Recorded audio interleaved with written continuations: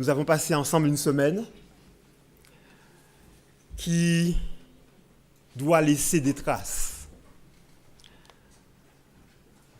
Parce que le Seigneur veut nous voir progresser.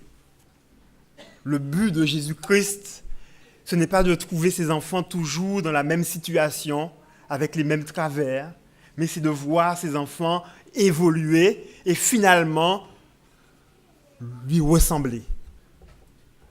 Son projet pour chacun de nous, c'est de voir restaurer l'image de Dieu en nous. Et donc, Dieu ne demande qu'une chose, qu'on lui laisse la place, le temps, l'espace, pour qu'il puisse nous sculpter, nous façonner, nous transformer à son image. Est-ce que ce n'est pas merveilleux d'être entre les mains du Seigneur, l'objet de son amour, de sa passion même? Il veut nous transformer et il veut notre bien. Alors, lorsque nous venons dans ce lieu, rencontrer le Seigneur, l'adorer, n'ayons pas peur du Seigneur. Le Seigneur nous aime. Mais ce n'est pas parce que nous n'avons pas peur du Seigneur que nous nous comportons n'importe comment. Au contraire, nous avons une crainte respectueuse de son nom. Et nous l'aimons. Quand on considère l'amour de Jésus-Christ pour nous, il y a de quoi verser des larmes, de quoi se dire, mais quel amour! Voyez quel amour le Père nous a témoigné en nous donnant son Fils, Jésus-Christ, pour mourir à notre place.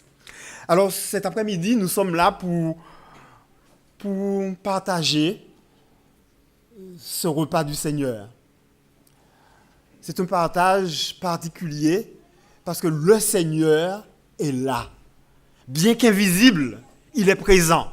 Et les symboles, ici représentés, nous disent que notre Sauveur a tout fait pour nous.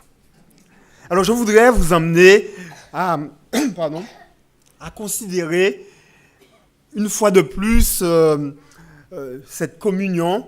Nous avons déjà vécu des saintes scènes, n'est-ce pas? Pour la plupart. Et à chaque fois, il y a quelque chose de fort. Et je voudrais que nos regards puissent se concentrer dans 4 directions cet après-midi concernant la communion. La première direction, le premier regard que je vous invite à avoir sur cette communion est présenté dans le texte que nous venons de lire au verset 26. Car toutes les fois que vous mangez ce pain et que vous buvez cette coupe, vous annoncez la mort du Seigneur jusqu'à ce qu'il vienne. Je vous invite à avoir avec moi un regard sur le passé. Un passé bien lointain qui nous ramène à la croix du Calvaire. Alors que tout semblait sombre et que l'homme était arrivé à un niveau assez bas, l'amour de Dieu s'est manifesté d'une manière extraordinaire. Et en un point, en un lieu, au Calvaire, Dieu a concentré son amour. Dieu ne nous a pas donné quelque chose de dilué, mais il nous a donné un amour concentré. C'était du solide, du fort, du puissant, du concentré. Lorsqu'on regarde à cela, alors la mort de Jésus-Christ a un sens particulier. Et ce qui nous la rappelle, cette mort, c'est cette communion. Jésus dit, à chaque fois que vous vous participez à cette scène, que vous buvez de ce vin qui représente mon sang, que vous mangez de ce pain qui représente mon corps, vous annoncez ma mort. Pour participer à la table du Seigneur, il faut croire que Jésus-Christ est le Sauveur du monde. Il faut croire que Jésus-Christ a donné sa vie pour nous. Et ça, c'est puissant parce que, finalement, avec Dieu, le temps passé est toujours présent. Le sacrifice consenti il y a si longtemps est un sacrifice valable encore aujourd'hui. J'ai péché hier, le sang de Jésus peut me laver. Je pêche aujourd'hui, le sang de Jésus peut me laver. Et si demain il m'arrive encore de pécher, le sang de Jésus peut encore me laver. C'est un détergent puissant. Chacun, nous pouvons en bénéficier. Il suffit d'une goutte. Alors, ayons vraiment de l'appréciation pour ce que Dieu a fait et ce qui est représenté par la scène. L'amour de Dieu a été manifesté avant même que je fasse quoi que ce soit. Avant que je ne marche, avant que je ne parle, avant que je ne connaisse qui est Jésus, l'amour de Dieu a été manifesté. N'oublions jamais que Dieu nous aime au-delà de ce que nous pouvons imaginer ou comprendre. Dieu est simplement amour. Je voudrais inviter maintenant notre assemblée à regarder, avoir un autre regard sur la communion, sur sa signification. Au verset 28, il est dit que chacun donc s'éprouve soi-même et qu'ainsi ils mangent du pain et boivent de la coupe, car celui qui mange et boit sans discerner le corps du Seigneur mange et boit un jugement contre lui-même. La communion à la table du Christ, la scène nous invite à avoir non seulement un regard à la croix, mais un regard en nous-mêmes. Qui suis-je? Où est-ce que j'en suis? Est-ce que je suis en train de faire mon chemin ou est-ce que je suis sur le chemin sur lequel le Christ m'a appelé? Les Corinthiens s'assemblaient pour partager le repas du Seigneur. Et ils ne le faisaient pas comme nous faisons. Nous prenons tous un petit morceau de pain et le jus que nous allons boire sera dans un petit verre. C'est symbolique. Mais eux, ils participaient vraiment. Ils prenaient un vrai repas. Il n'y a pas de mal à cela. Mais leur attitude était tellement poussée qu'ils finissaient le repas en étant ivres. Et l'apôtre attire l'attention et dit non, ça ne peut pas durer. Examinez-vous. Parce que si vous ne vous examinez pas et que vous ne vous remettez pas sur le droit chemin, c'est le Seigneur qui va le faire. Si le Seigneur intervient, ça va barder, ça va faire mal. Dieu est compatissant, n'est-ce pas? Et avant de sévir, il nous invite à rectifier nous-mêmes le tir. Mais déjà, le Seigneur agissait et l'apôtre dit, c'est pourquoi, au verset 30, c'est pour cela qu'il y a parmi vous beaucoup d'infirmes et de malades. Le repas du Seigneur est un repas particulier, symbolique, mais d'une tellement grande importance qu'on ne peut pas jouer avec cela. D'ailleurs, il ne faut jouer avec aucune affaire du Seigneur. Et donc, prenons le Seigneur vraiment au sérieux. Le sacrifice du Christ, ce n'est pas un jeu. Dieu n'a pas fait semblant. Il a vraiment tout donné en Jésus. Et l'agonie du Christ a été réelle. Et lorsque nous participons à cette scène qui symbolise ce que Jésus a vécu et qu'il a fait pour nous, nous ne pouvons pas nous amuser. Il est important que chacun s'examine pour confesser ses péchés, de façon à ce que l'œuvre ici symbolisée ait vraiment son impact en nous.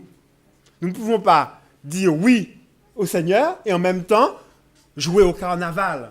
Je dis jouer au carnaval parce qu'en fait, lorsque nous montrons une façade et que la réalité ne correspond pas à cela, c'est comme si on s'était déguisé. Et celui qui aime à se déguiser, c'est le diable. Il se déguise pour tromper. Dans l'un des bureaux de l'Arizona, un bureau officiel pour le travail, il y a dans l'un des bureaux une pancarte au-dessus d'un miroir. Vous arrivez et vous voyez un miroir imposant. Évidemment, vous voyez votre propre portrait, votre propre image. Et au-dessus, il y a ces mots. Est-ce que vous employerez cette personne?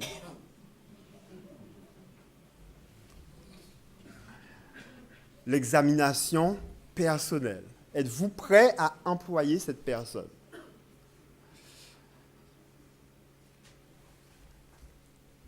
Dieu nous invite à la sincérité. Il nous invite à prendre les choses au sérieux. Il nous invite à reconnaître qui nous sommes pour que le Christ puisse nous changer. La bonne nouvelle dans notre malheur, c'est qu'il y a une solution. Et que tous, nous avons besoin de changement. Tous, nous avons besoin de Jésus.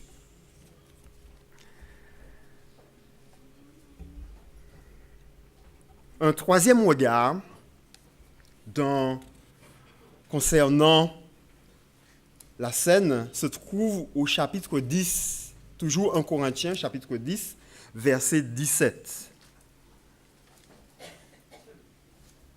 Puisqu'il y a un seul pain, nous qui sommes plusieurs, nous formons un seul corps, car nous participons tous à un même pain. Un regard autour de nous. Chers frères et sœurs, nous ne sommes pas seuls. Lorsque je regarde autour de moi, je suis heureux de savoir qu'il y a des frères et sœurs qui ont le même objectif que moi et qui veulent franchir un jour les parvis célestes. Je suis heureux de savoir qu'il y a des frères et sœurs comme moi qui sont réunis en une même famille par un seul sang, celui de Jésus-Christ. Je suis heureux de savoir que je ne combats pas en vain et que Jésus-Christ nous a promis la victoire si nous regardons à lui. Tant que nous regardons à Jésus, la victoire est assurée. La victoire se perd à chaque fois que nous détournons les regards de Jésus. Alors, ne nous regardons pas pour nous écraser. Ne nous regardons pas pour nous faire du tort. Ne nous regardons pas pour médire les uns contre les autres. Laissons ça pour le monde. Mais regardons-nous pour nous encourager. Regardons-nous pour nous aimer. Regardons-nous parce que Jésus-Christ nous a aimés le premier. Et alors, en retour, nous devons l'aimer lui et nous aimer les uns les autres. Nous formons une et même famille. Premièrement, parce que nous descendons tous d'Adam. Vous savez quoi? Le diable a réussi à pousser les hommes à se haïr, à devenir racistes et tout ce qui est lié à cela. Mais dans la réalité, le raciste, c'est le diable. C'est lui qui veut nous priver de la gloire que Dieu a en réserve pour nous. C'est lui qui a voulu dérober la terre que le Seigneur nous avait remis comme lieu d'habitation. Alors ne laissons pas plus longtemps le diable faire de nous ses marionnettes et nous pousser à nous battre entre nous. Cela ne vaut pas le coup. Jésus-Christ a tant aimé le monde, qui que vous soyez, blanc ou noir, juif ou grec, adventiste ou autre, en Jésus, nous avons trouvé un sauveur. Son nom, c'est Jésus. Apprenons à nous aimer. Apprenons à le servir. Apprenons à le suivre. Et puis un dernier regard dans le chapitre 11e, au verset 26, « Car toutes les fois que vous mangez ce pain et que vous buvez cette coupe, vous annoncez la mort du Seigneur jusqu'à ce qu'il vienne. » Alors oui, un regard dans le passé sur la mort du Christ. Un regard en soi-même, parce que l'évangile a du sens. L'évangile nous transforme. L'évangile veut nous permettre d'être ce que Dieu veut que nous soyons. Et puis un regard autour de nous. Parce que personne ici est une île abandonnée au milieu de l'océan. Mais au nom de Jésus, nous formons une famille. Et puis maintenant, un regard vers l'avenir. Chers frères et sœurs, ça ne s'arrête pas là. Ça ne s'arrête pas là. Au nom de Jésus, il y a un avenir plein d'espérance. Au nom de Jésus, il y a la promesse qui se réalise. Jésus revient. Et la scène nous le dit. Pour cette raison, ne vous privez jamais de la scène, de participer à la scène. Parce que la scène nous rappelle que si nous avons des difficultés, si le chemin est dur, s'il y a des conflits, mais il y a un jour où tout cela prendra fin. Et ce jour, c'est très bientôt. Mais vous savez quoi? Déjà, aujourd'hui, Jésus veut réaliser sa venue en nous.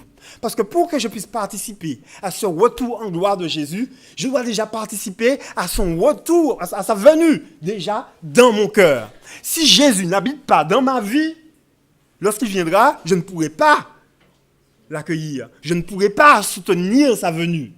Nous avons besoin, aujourd'hui, d'avoir Jésus dans notre vie.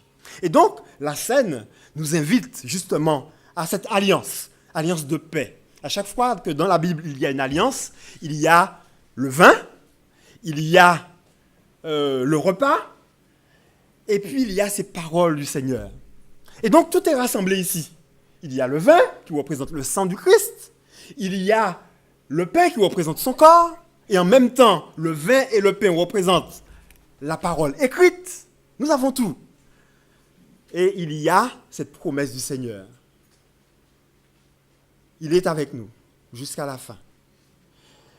Et il a promis qu'il prendra avec nous ce repas là-haut.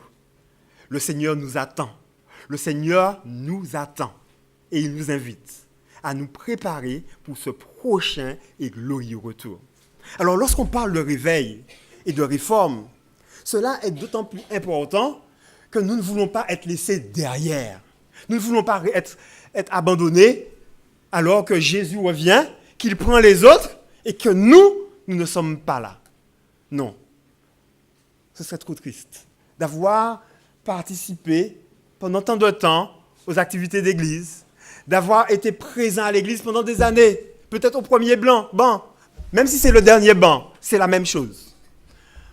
En servant dans un ministère, diaconat, à l'école du sabbat, à l'anciennat. Et puis finalement d'entendre le Seigneur dire « Je ne te connais pas ». Le repas du Seigneur est accordé à ceux qui se familiarisent avec lui, à ceux qui ont une relation. Et cette relation, elle est proposée aux pécheurs. La scène n'est pas pour ceux qui n'ont pas de péché. C'est pour les pécheurs. Parce que Jésus-Christ a donné sa vie pour des pécheurs.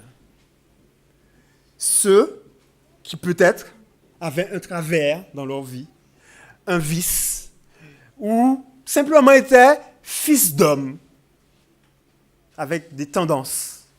Mais Jésus-Christ est venu briser tout cela et donner la vie éternelle. Alors, regardons à Jésus comme nous n'avons jamais regardé avant. Il est vraiment notre Sauveur. Et aujourd'hui, nous devons l'aimer plus qu'hier. Et demain, plus qu'aujourd'hui. Que le Seigneur nous bénisse et nous aide à nous préparer pour ce jour. On a demandé à Dwight Moody qu'est-ce qu'il ferait s'il savait qu'aujourd'hui, Jésus reviendrait. Ce soir, Jésus revient. Que ferez-vous, Monsieur Moody? Et Dwight Moody a répondu: rien de différent. Je ferai la même chose que j'ai l'habitude de faire. puisse le Seigneur nous permettre de dire la même chose. Ça veut dire qu'il avait un vécu avec Jésus. Et que chaque jour, il vivait comme si Jésus revenait. Et donc, il nous faut vivre chaque jour comme si c'était le dernier. Parce que qui sait si ce soir ne sera pas le dernier soir. Mais quoi qu'il en soit, ayons les yeux sur Jésus, le chef et le consommateur de notre foi. Amen.